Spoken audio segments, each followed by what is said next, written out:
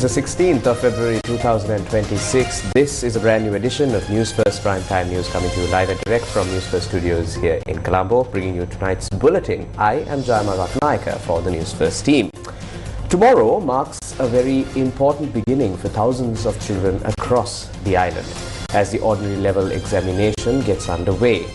These young candidates are the heirs to tomorrow's Sri Lanka, the ones who will carry our nation forward. And tonight we extend our heartfelt wishes for strength, clarity and confidence to each and every one of them. With that, let's have a look at your headlines for tonight.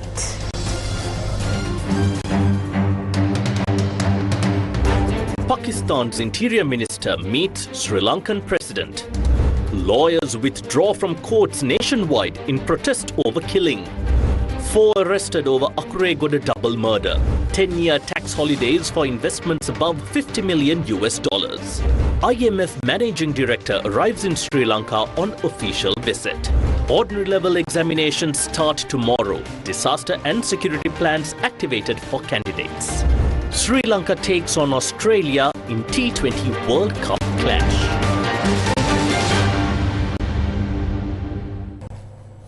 On to our top story tonight from the world of sports. Sri Lanka transformed into a nation that marked a remarkable moment in international cricket history yesterday. This distinction was achieved as the national cricket teams of 2 neighbouring countries opened pathways of brotherhood, choosing unity over conflict. Under the backdrop of cricket geopolitics, one of the biggest cricket matches that could be held took place yesterday. The India-Pakistan clash. This match drew global attention not only because of the cricketing contest but also due to the political undercurrents surrounding it. President Anurukumar Dissanayake has stated that Pakistan's cricket tour of Sri Lanka further strengthens the long-standing friendship between the 2 countries. He made these remarks during a meeting held this morning at the Presidential Secretariat with a delegation that included Pakistan's Federal Minister for Interior and Narcotics Control. Pakistan's Federal Minister for Interior and Narcotics Control, Mohsin Raza Naqvi, and the Federal Minister for Overseas Pakistanis and Human Resource Development, Chaudhry Salih Hussain, who are currently visiting Sri Lanka, met with President Anurukumar Dissanayake today. There was a decision of 50-50, but as soon as... Thank you, Excellency. First of all, warm greetings from the President of Pakistan and the Prime Minister of Pakistan. They especially asked me to convey their greetings to you. Actually, this yesterday match, you were the actual hero because 2 billion people were entertained because of you. If we count India, Pakistan, Sri Lanka and Bangladesh, just these 4 nations, it's 2 billion plus people. So it's only because of you that we played the match. We were having several issues regarding playing with India, but as soon as you called, there was a decision of 50-50. But as soon as the Prime Minister received your call, he called me up and he said, there is no more issue. The President has called me and we have to play the match. That's it. So it's because of just you that you managed and got this done. So I'm very thankful to you that you played a very critical role in this. Marking a significant moment in global geopolitics, the India-Pakistan T20 World Cup match concluded yesterday in Colombo, positioning Sri Lanka as a crucial cricketing junction within international political dynamics. The match also served as a precursor to Sri Lanka's emergence as a neutral cricket destination on the global stage. Many predicted that the India-Pakistan fixture of this T20 World Cup would be impossible to stage as planned due to Pakistan's early announcement, backed by its government, that the team would not participate. Following their tour of India during the 2023 Cricket World Cup, Pakistan had refused bilateral cricket engagements, and during multiple tournaments including the Asia Cup in Dubai, the 2 captains even refrained from shaking hands. The uncertainty continued into this edition of the T20 World Cup. However, days before before the match, President Kumar Dissanayake intervened, holding a 30-minute telephone discussion with Pakistan's Prime Minister Shehbaz Sharif. Pakistan government later announced its team would participate as a result of that conversation. They reversed their earlier refusal, stating that they decided to participate at Sri Lanka's request and acknowledged Sri Lanka's commendable mediation efforts. This was revealed during a meeting between the outgoing Pakistan's High Commissioner to Sri Lanka, retired Major General Fahimul Aziz, and Sri Lankan Foreign Minister Vijitha Herath. It was only after this development that the highly anticipated India-Pakistan match was officially confirmed. Strengthening diplomatic ties further, Pakistan's Interior and Narcotics Control Minister and Cricket Board Chairman Mohsin Naqvi, along with India's High Commissioner Santosh Jha, joined President Kumar Dissanayake to witness the historic encounter. International media captured the president interacting with officials from both India and Pakistan during the match, signalling hopes for de-escalation and improved political relations. Although cricket fans expected a nail-biting contest, the India-Pakistan match ended with India reaffirming its dominance in the cricket world. Batting first, India posted 175 for 7. Ishan Kishan smashed 77 off 40 balls, while Tilak Varma contributed 25 runs. In reply, Pakistan was bowled out for just 114 runs in 18 overs.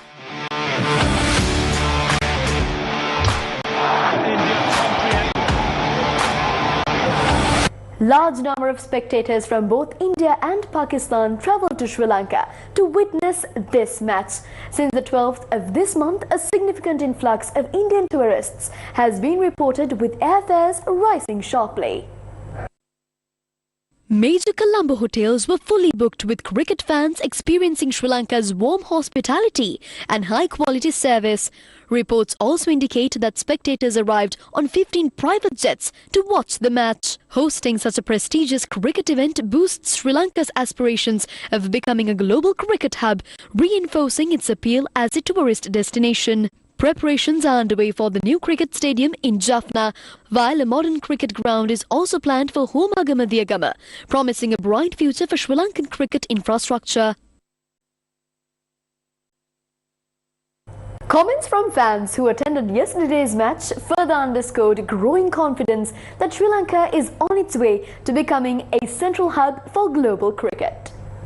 Today was amazing. All the boys played well. All the boys played well. And Sri Lanka is an amazing host. Thank you so much for hosting us. We won it and we're very happy about it. India, India, India, India, India, India, India.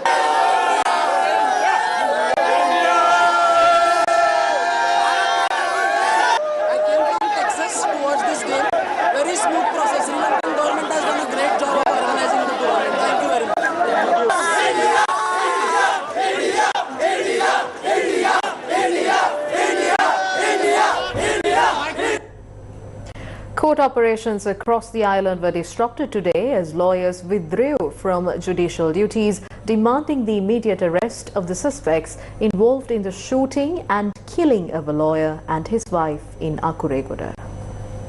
This morning, members and senior officials of the Bar Association of Sri Lanka arrived on foot at their headquarters, while lawyers from the north, east and other regions joined the protest through silent demonstrations. In several areas, protest marches were organized, and at many court premises, black flags were raised.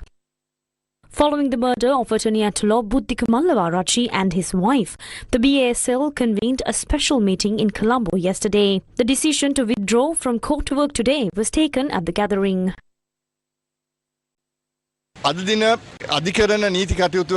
The withdrawal from court work had been implemented across every court in the country, from north to south and east to west.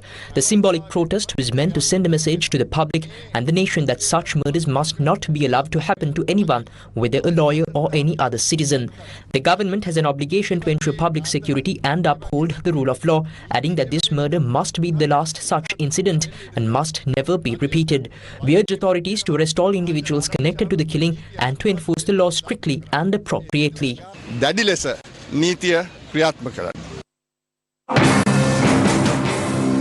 The the Citizens Organisation of the People's Struggle held a media briefing and expressed their views. Shamelessly, they say that after the murder of Supreme Court Judge Sarath Ambepitiya, it has taken them years to gather like this again. It's shameful. The Bar Association remained silent all these days. Didn't the Bar Association have anything to say? We are speaking fairly. Everyone, whether they are murderers or those responsible, are equal before the law. If everyone is equal before the law, you may remember that at the Alutkade Magistrates Court, an accused was shot dead inside the courtroom. But did the Bar Association say anything then? Did they say that they were afraid to come to court, that they too feared being shot, that they too were at risk? No, the Bar Association did not say any of that. If so, they should have met with the President at the time, held discussions and said, let's reduce this situation. Let's bring stability. There is a threat to public life. That is what they should have spoken about then. Police say that 4 individuals have been arrested in connection with aiding and abetting in the Akuregoda double murder. The suspects were taken into custody on charges of offering accommodation, transporting firearms and supplying narcotics. Meanwhile, the motor car believed to have transported the killers, discovered set on fire in the Battegama area, is scheduled to be presented to the government analyst for further investigations. Attorney at law Buddhika Mallavarachi and his wife were shot dead last Friday evening in Talangama, Akuregoda. According to police, the shooting is suspected to have been carried out on the orders of an organised criminal known as Karandeni Sudha. Police further stated that the murdered lawyer had appeared in several court cases related to the same underworld figure, Karandeni Sudha. The final rites of attorney at law Buddhika Mallavarachi and his wife were performed this afternoon at the Pittigala Godamuna Cemetery.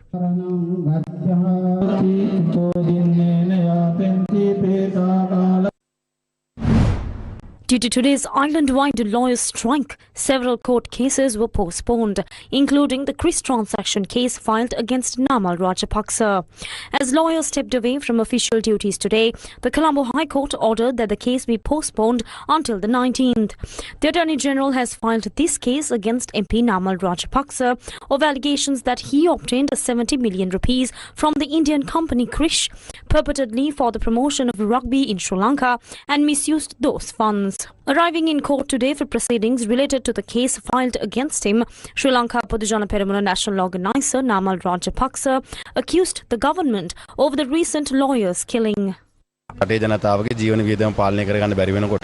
the government fails to control the cost of living, fails to create jobs, fails to bring in investors, they try to divert public attention elsewhere. Today, we clearly see that the government is using organized criminals to disrupt and destabilize public life. This government is openly nurturing organized crime. That is why someone was able to walk into court and open fire. That is why 2 drug-laden containers at the port were allowed to escape. Tell us, who issued the letter? They say there were no drugs. Well then, ask the person who issued the letter freeing the containers to come out publicly. Why are they not coming out? Because it was done by the government. Going back into past excuses will not save you from the wrongs of today. That is why we tell the President, please stop lying and take action on what is happening right now. News First with the people. Sri Lanka has decided to grant long-term institutional tax concessions of up to 10 years for large-scale investment projects operating within the country. These concessions are being implemented through the latest Gazette notification issued by President Anurukumara Dissanayake in his capacity as Minister of Finance, Treasury and Economic Development.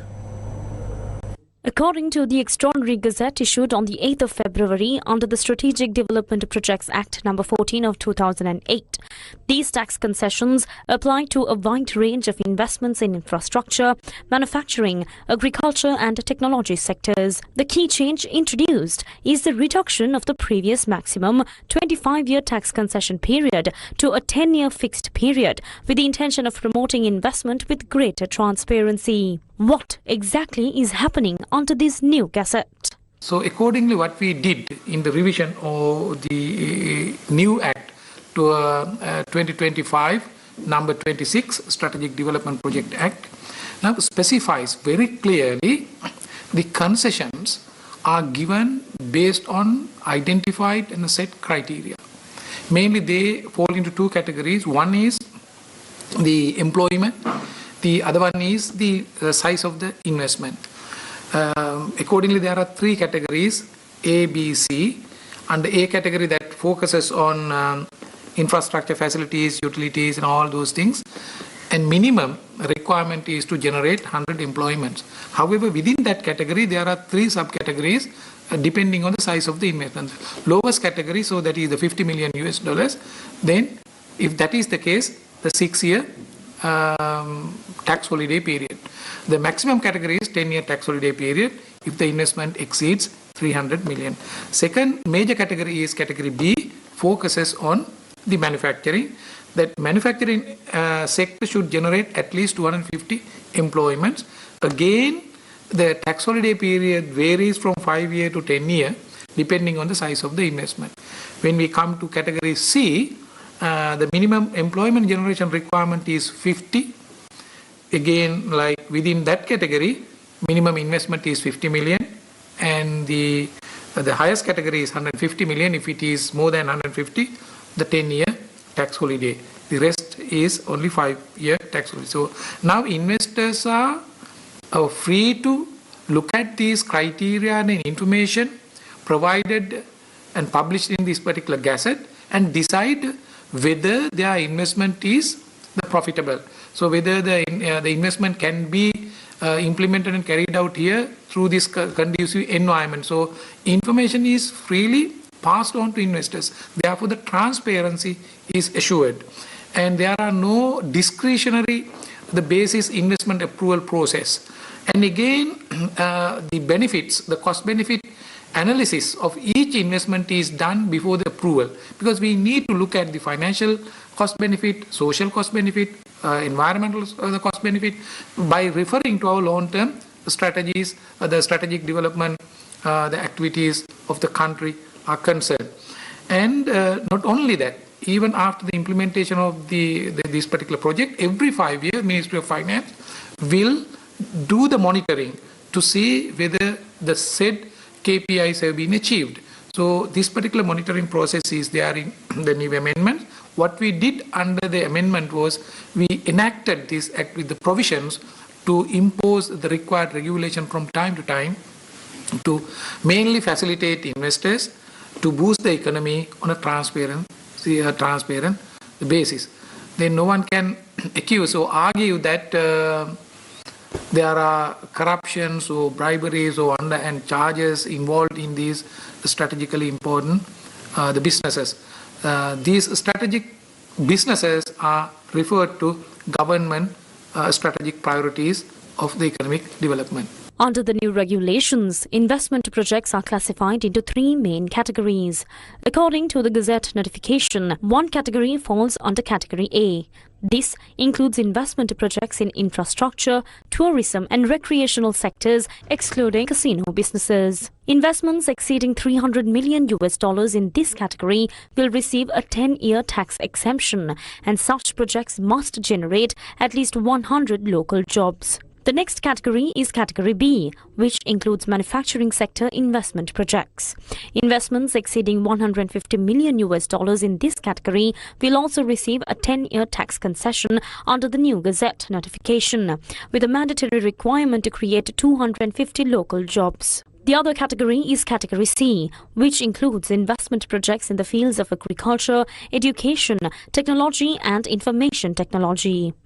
Investments exceeding $150 million in this category will also receive a 10-year tax exemption with a minimum job requirement of 50. In addition to these tax concessions, during the project implementation period, capital goods and construction material may be imported free of several taxes, including customs import duty, value-added tax, ports and airports development levy, and cess. However, these exemptions do not apply to motor vehicles imported for personal use. The government expects billions of dollars in foreign direct investment to flow into the country in 2026 under this new tax system. The IMF Managing Director Kristalina Georgieva arrived in Sri Lanka on an official visit.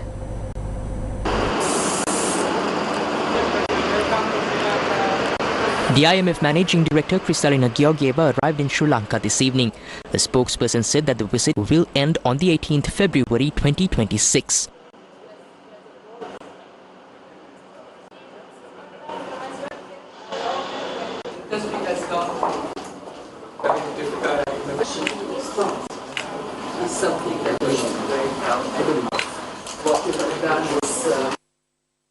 During her visit, the Managing Director will engage with authorities and stakeholders, witness firsthand the impact of Cyclone Ditwa and discuss how the IMF can support recovery and help build a stronger future for all Sri Lankans.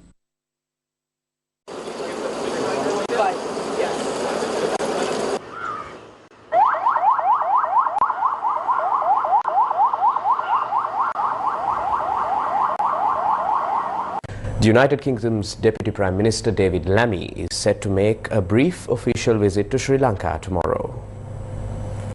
The United Kingdom's Deputy Prime Minister David Lammy is set to make a brief official visit to Sri Lanka tomorrow. During his visit, Lammy will attend high-level meetings with President Anurukumara Dissanayake, Prime Minister Dr. Harini Amarasuriya and Minister of Foreign Affairs Vijitha Herath. Lammy will also sign an agreement on the Charter for the Global Campaign on Children's Care during this visit. He will subsequently participate on the Global Charter on Children's Care Reform event to be held at the United Nations office in Colombo. The Global Charter on Children's Care Reform calls on world leaders to uphold UN Conventions on children's rights and the rights of persons with disabilities, invest in families, children and inclusive services, and eliminate violence and harmful practices such as orphanage tourism. The UK Deputy Prime Minister David Lammy is expected to depart the island on Tuesday evening after completing his engagements. President Anurukumara Dissanayake has appointed Prabhat Chandrakirti as the new president's chief of staff. Prabhat Chandrakirti, a senior officer in the public service, has served as a Ministry Secretary, Commissioner General of Labour, Director General of Coast Conservation and in numerous administrative positions, including within Parliament, gaining extensive experience throughout his career. With this new appointment, administrative functions and policy-level operations at the Presidential Secretariat are expected to become more efficient. The Sri Lanka-Japan Economic Policy Dialogue and the signing ceremony of the cooperation agreement were held today at the Ministry of Finance. The agreement concerns the economic policy dialogue between the Ministry of Trade, Commerce, Food Security and Cooperative Development and the Ministry of Foreign Affairs, Foreign Employment and Tourism of Sri Lanka, together with Japan's Ministry of Economy, Trade and Industry and the Ministry of Foreign Affairs. The cooperation agreement was signed and the signed documents were exchanged under the patronage of Dr. Harshana Surya Peruma, Secretary to the Treasury and the Ministry of Finance, Planning and Economic Development. Addressing the ceremony, Japanese ambassador to Sri Lanka, Akio Isamata, said that the single window for investment approvals, long discussed in Sri Lanka, should be established at the earliest. Looking at the economic performance of Sri Lanka for the past 1.5 years since my arrival here, I am very much encouraged by the fact that Sri Lanka is making steady progress on its path for recovery and stabilization, even after the heavy damage caused by Cyclone Ditwa. According to a most recent survey announced yesterday by a local research institute, perception within the country about the state of the economy and the economic outlook shows solid improvement. This is certainly a positive signal. But on the other hand, we have to think ahead. We have to see ahead. As a way forward, we have to deepen our discussion. Although the efforts undertaken by the Sri Lankan government for anti-corruption is very encouraging and very important for inviting foreign investment, but this is a kind of prerequisite for investment.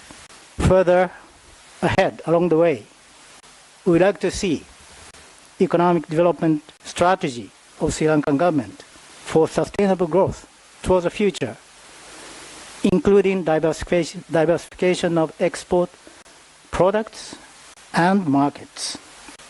But we'd like to see, if possible, sector-wise industrial promotion policy of Sri Lanka so that Japanese investors can better understand potential investment opportunities that are available for Japanese investors. I would also like to see the single window that has been discussed for a while here in Sri Lanka for investment approval will be established at the earliest. But establishment of this system itself is the first thing. But more importantly, we like to see this system to be put in effective implementation. Also speaking at the ceremony, senior economic advisor to the President, Duminda Hulangamu, said that Sri Lanka is looking to welcome an increasing number of Japanese investments. Sri Lanka would like to see as many as possible Japanese investments coming to Sri Lanka. Countries like Indonesia, Thailand, Malaysia, all developed on the back of the Japanese development over the last 3 or 4 decades. Sri Lanka probably is on that line, the last country left to ride and piggyback on the Japanese development. Decades later though, we still had the opportunity to piggyback on the Japanese development. I know Sri Lanka is a small country with limited resources, a smaller market than India, but have extremely talented labor force, a skilled labor force. In fact, I think there are about 80,000 Sri Lankans already working in Japan, supporting our industry. So that goes to show the enormous talent and the skill that Sri Lankans have to support Japanese industry. That will enable us to support your exports from here, not only to India, but also other parts of the world. And I'm sure as a result of the discussion that we have in the MOC, in years to come, we'll bear the fruits of this agreement. Secretary to the Ministry of Finance, Dr. Harshana Surya Perumal, said that Sri Lanka has proven itself to be a resilient nation, highlighting the country's ability to overcome multiple challenges over the past few years. Sri Lanka we have proven as a nation that we are a resilient nation. We have had several challenges within the last few years, yet we have bounced back as a nation. That is because the determination of our people and the support of countries like Japan has been with us right throughout despite those challenges. We had the cyclone, we had the economic calamity, yet now within few years of those challenges, we are meeting some of the milestones or revenue targets that we have had, the restructuring programs that we have gone through, and several other key engagements as a nation that we have to undertake. We have reached very good outcomes on those fronts. At the same time, the upholding of governance framework, zero tolerance for corruption, and the tagline that no one is above law. Government is engaging and pursuing to make sure we give the confidence to our partners with whom we are working with, businesses with whom we are inviting, to whom we are invited to come to Sri Lanka, and to partners who are already here. So this is the approach of the government to support, to create that transparency, to create the level playing field, which encourages foreign investors to look at Sri Lanka, the companies and investors from Japan to look at Sri Lanka, and to go beyond from Sri Lanka. So we are expecting a partnership that will bring prosperity for Sri Lanka as well as to Japan. The Department of Examinations is requesting all candidates sitting for the GCE Ordinary Level Examination tomorrow to arrive at their respective examination centres 1 hour before the start time. The department emphasises that candidates must pay close attention to the timetable issued for this year's examination. The 2025 GCE Ordinary Level Examination begins tomorrow and will continue island-wide until the 26th. A total of 451,463 candidates will sit for the examination, including 382,249 school candidates across 3,545 examination centres. The Commissioner General of Examinations, AKS Indika Kumari Liyanagi, advises candidates to pay special attention to the timetable as changes have been made to the subject arrangement compared to previous years. She noted that Candidates must arrive at the examination centre 1 hour before the scheduled time. I remind the students to use only the timetable issued by the Department of Examinations and displayed on the official website and Facebook page. You must follow only the timetable printed on your admission card. Especially on the 5th, 6th, 7th and 8th days, the subject arrangement is different from previous years. The morning exam begins at 8:30 am and the afternoon exam at 1 pm. So candidates should report by 7:30 am for morning sessions and 12:30 pm for afternoon sessions. Valid identity documents for the examination include the national identity card, a valid driving license or a valid passport, and these must be brought on all examination days. What if a candidate does not possess an identity document? If a candidate still does not have any identity document, school applicants may bring 2 photographs certified by their school principal. Private applicants may bring 2 certified photographs from their Gramaniladari. These can be used as a temporary ID. However, before results are released, the department will summon such candidates for verification. What items are prohibited inside the examination centre? Items prohibited inside the examination hall include mobile phones, Bluetooth devices, smartwatches, notes, correction fluid and similar materials. Candidates must write the correct index number on every answer script and provide answers clearly. If an error is made, they should strike through it with a single line and write the answer again. What special services are in place? The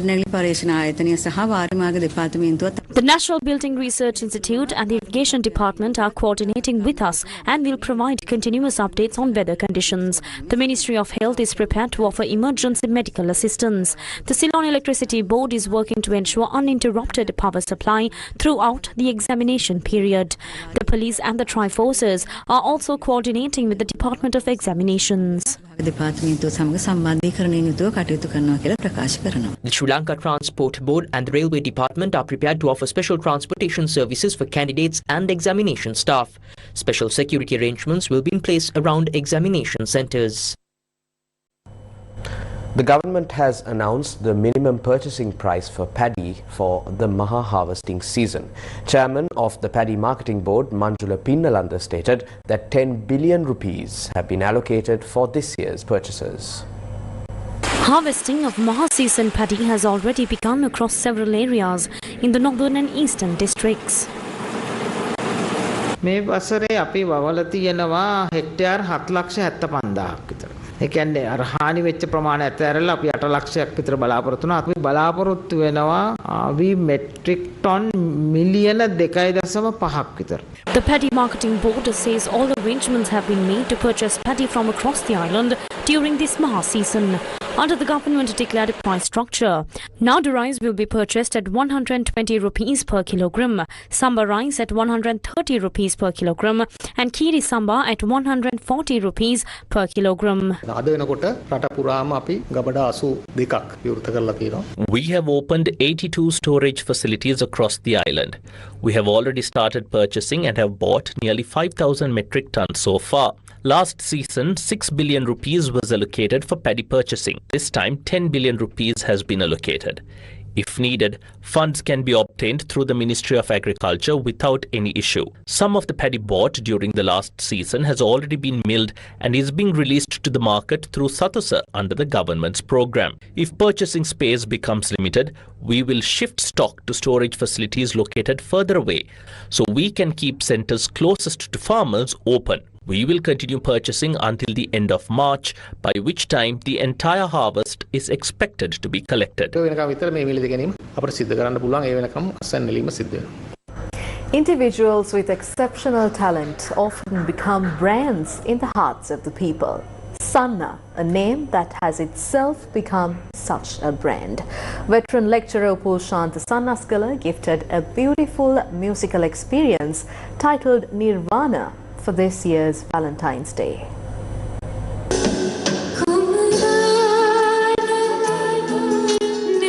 A vast crowd of fans gathered at the Sugatadasa Indoor Stadium to be part of Nirvana live in concert. The Maharaja Media Network joined as the media partners for this event. It was a concert that transported audiences to a different dimension through a range of modern technological innovations.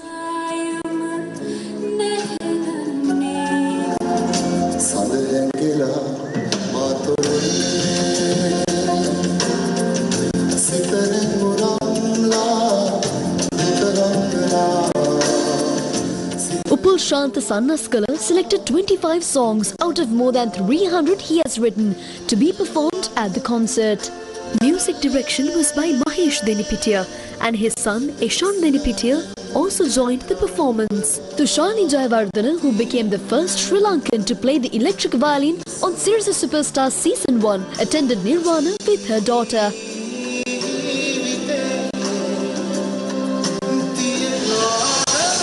Artists including Malik Pereira, Inda Kaupamali, Amila Pereira, Nuvandika Senaratna, Kanchana Anuradi, Supun Pereira, Manoj Sanjeeva, Navana Abhishek, Upeka Nirmani, Surendra Pereira, Sunira Sumanga and Sanka Dinit added colour to the concert, breathing life into the words of Upul Shanta Sannaskala. The song Dankakara Hedakari, created for Sirasa Superstar Season 1, was performed by Muru Somaratna, Tilina Sudesh, Ashka Kulatunga and Navisha Suryarachi, all well known from the Voice TV show. Upul Shanta Sannaskala, who has maintained a long-standing bond with the Maharaja Media Network, renewed that connection in a heartfelt moment on stage. Thank you, Shivandani and Sirasa. අද ගායනා කරපු ගීත වැඩි හරියක් නිෂ්පාදනය කරේ සිරස. මම සිරසත් එක්ක තරහ වෙලා හිටිය අවුරුදු 20ක්. බය ගැහුවේ නෑ මම. මාත් සන්නාමයක් මාත් ආඩම්බරයි. ඒවා මීඩියා වලට දෙකට නෙමෙන්නේ අපි. හැබැයි ශිවන් නැවතත් අපේ හිත හදලා මේ වැඩේ සම්පූර්ණයෙන්ම කරගහලා උදව් කර නැත්නම් මේ ව්‍යායාමය කරන්න වෙන්නේ නෑ. ඒ නිසා මම හිතන්නේ සන්නා මෙතනින් එහාට සිරසත් එක්ක වැඩ කරමු. සිරස. Thank you, Shiva. Nirvana, which became a touching new memory after a long time, concluded by opening new creative pathways for the next generation, entering the world of artistic creation.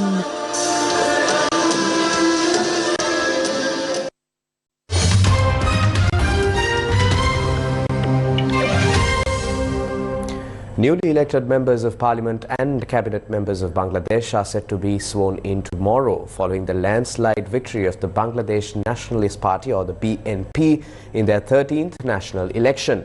Minister of Health and Mass Media Dr. Nalinda Jayatissa, who will be representing Sri Lanka at the swearing-in ceremony, departed the island for Bangladesh today. Around 1,200 local and foreign guests are expected to attend the swearing-in ceremony of the new government in Bangladesh, led by the Bangladesh Nationalist Party, with Tariq Rahman as the new Prime Minister. Breaking tradition, the cabinet swearing-in will not be held at Bangaban's Darbar Hall. For the first time, an incoming government will begin its journey under the open sky, with cabinet members taking the oath of office at the South Plaza of the Jatiya Sangsad tomorrow afternoon. The newly elected MPs will also be sworn in at the same venue in the morning. President Mohammad Shahabuddin is expected to administer the oath to the new cabinet members, including BNP Chief Tariq Rahman as Bangladesh Prime Minister. BNP secured 209 seats in last week's 13th parliamentary election, while its alliance holds 212 seats.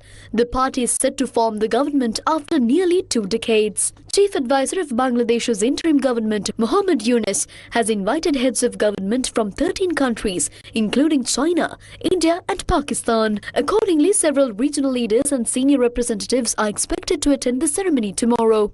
They include Nalinda Jayatissa, Sri Lanka's Minister of Health, Sherin Tobgay, Prime Minister of Bhutan, Om Birla, Speaker of India's Lok Sabha, Ahsan Iqbal, Pakistan's Planning Minister, Balananda Sharma, Nepal's Foreign Minister, Abdullah Khalil, Maldives' Foreign Minister, and Seema Malhotra, UK Indo-Pacific Under-Secretary. Diplomatic sources in Delhi said Prime Minister Narendra Modi received the invitation on Saturday evening. However, he is scheduled to attend the India AI Impact Summit at the same time. India will therefore be represented by Lok Sabha Speaker Om Birla. The swearing-in is expected to draw senior judges, political leaders, armed forces chiefs, diplomats and other invited guests in line with customary practice. India has cleared a proposal to buy 114 Rafale multi-role fighter jets from France to bolster its air force in its largest ever military hardware procurement ahead of French President Emmanuel Macron's visit to India. India approved the purchase of Rafale fighter jets from France, marking one of its largest aircraft orders ahead of French President Emmanuel Macron's visit to the country. The approval was part of New Delhi's $39.7 billion defense spending package, covering multiple acquisitions across the armed forces. The Defense Ministry did not specify how many aircraft would be ordered.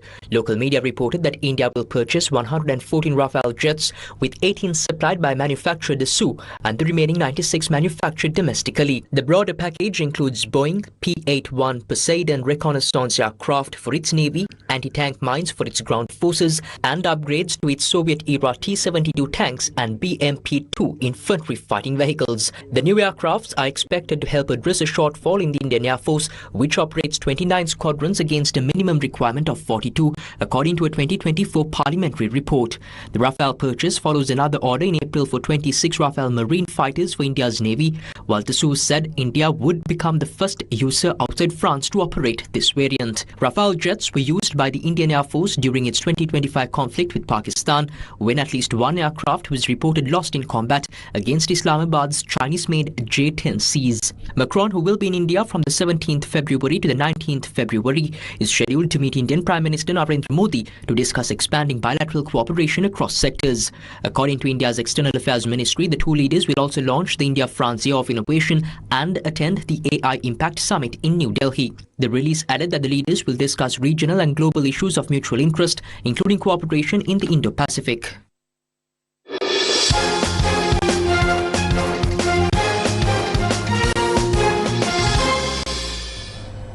In sports news, we take you to the world of cricket. The 2026 ICC T20 Cricket World Cup is currently underway, and Sri Lanka is currently batting in their encounter against Australia at this year's World Cup, which is being held at the Pallekele International Cricket Stadium. Winning the toss, Sri Lanka elected to field first. Australia got off to a blistering start with openers Mitchell Marsh and Travis Head smashing the ball to all parts of the field and reaching their half-centuries in quick succession. However, they were also dismissed in quick succession, and Australia's middle order could not sustain the momentum brought in by the two opening batsmen. Australia, who looked to score more than 225 runs by the end of the first power play, ultimately crumbled for 181, losing all their wickets, with the final wicket being taken on the last delivery of the innings. In reply, Sri Lanka are playing a solid innings and are on track for a seemingly memorable win against Australia on home soil. Sri Lanka were on 95 runs for the loss of one wicket after 10 overs a short while ago, with Kusal Mendes and Pathum Nissanka at the crease. Hobnails to Spikes, a book authored by former Sri Lankan cricketer Ranjit Fernando, was launched in Colombo. The book Hobnails to Spikes by former Sri Lankan cricketer Ranjit Fernando was launched in Colombo. Cricketing greats including Aravinda De Silva, Ravi Shastri and Sunil Gavaskar were among those in attendance at the launch event. The rules of societal living and to respect everyone.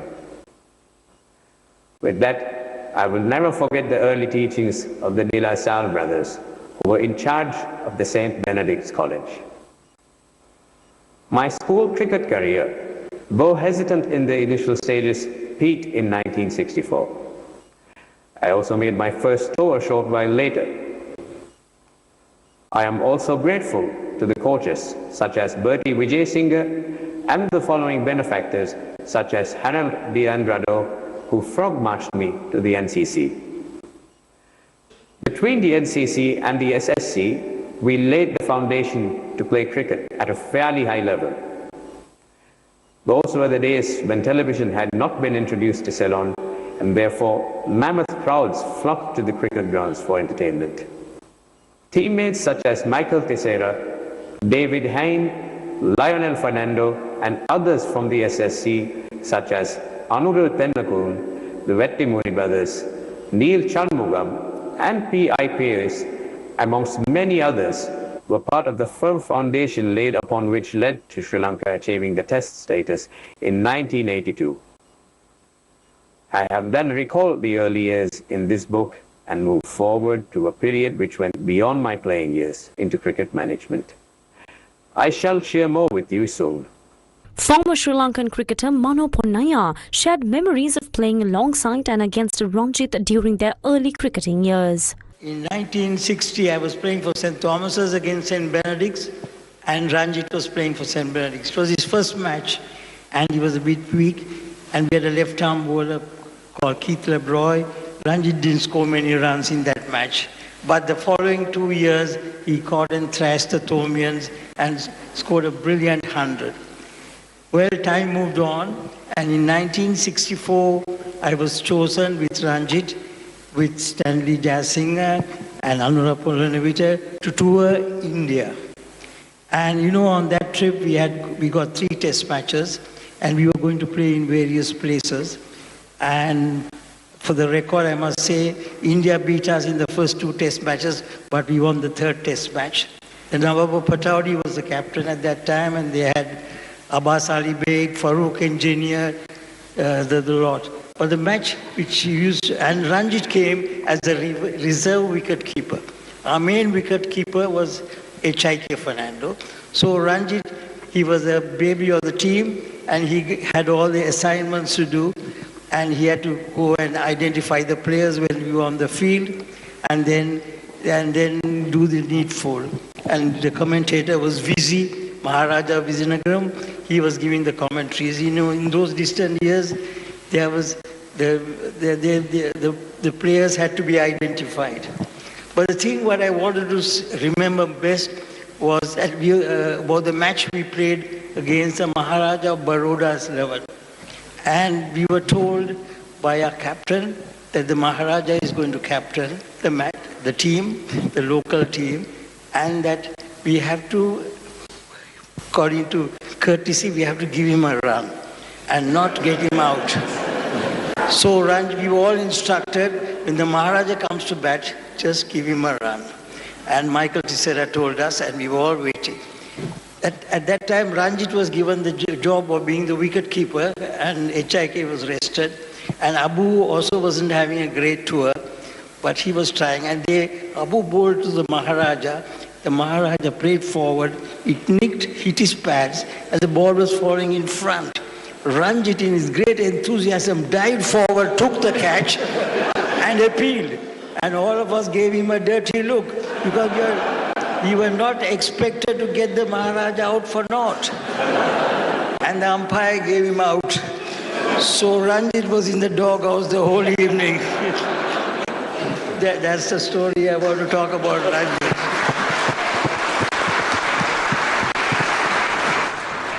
And I think today, Sri Lanka cricket should be very, very proud of someone like that.